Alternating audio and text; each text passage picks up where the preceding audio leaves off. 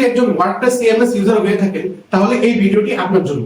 ওয়ার্ডপ্রেসে কাজ করতে গেলে বিভিন্ন ধরনের প্লাগইন প্রয়োজন হয় এবং মাঝে মধ্যে এইসব প্লাগইন ইনস্টল করতে গেলে প্রচুর বিড়ম্বনা করতে হয়। তো চলুন আজকে আমরা দেখব cPanel এর মাধ্যমে ওয়ার্ডপ্রেসে লগইন করা ছাড়া cPanel এর মাধ্যমে কিভাবে আমি সরাসরি যে কোনো প্লাগইন অথবা থিম ইনস্টল করতে পারি। So let's get started.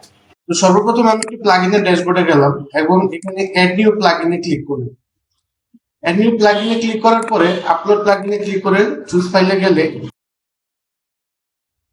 ধরেন আমি এখানে এলিমেন্টর প্রোটি আপলোড করব। এখানে ওপেন দিলে, ওপেন দেওয়ার পরে ইনস্টল নাওতে ক্লিক করলে এখানে একটি লেখা আসছে the uploaded file exceeded the upload max feature detective page fill. তার মানে এখানে সরাসরি আমি ওয়েবসাইটের মধ্যে প্লাগইন ইনস্টল করতে পারছি না। এখন আমি সরাসরি চলে আসব cPanel-এ। cPanel-এ আসার পরে আমি এখানে ফাইল ম্যানেজার সার্চ করি। ফাইল ম্যানেজারে যাব।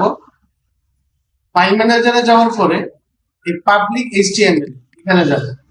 এখানে যাওয়ার পরে এখানে WP কন্টেন্টে যাব। তারপরে এই যে এখানে প্লাগইনস অপশনটা আছে এখানে যাব। এখানে যাওয়ার পরে আমি আপলোড অপশনে ক্লিক করব।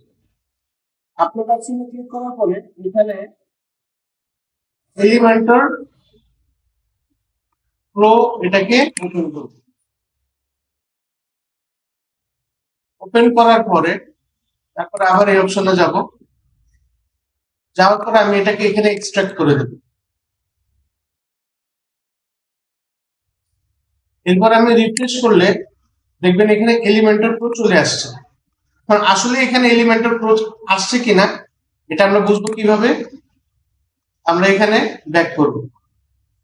ব্যাক করার পরে ইনস্টল প্লাগইনে গেলে আমরা দেখবো এখানে এলিমেন্টর প্রো চলে আসছে এবং আমি এখানে অ্যাক্টিভেট ক্লিক করলে অ্যাক্টিভেট হয়ে যাবে। ব্যাস হয়ে গেল আমাদের প্রিমিয়াম প্লাগইন ইনস্টল। সো এইভাবে আপনি যে কোনো প্লাগইন সরাসরি ওয়েবসাইটে ইনস্টল না হলেও cPanel এর মাধ্যমে ইনস্টল করতে পারবেন।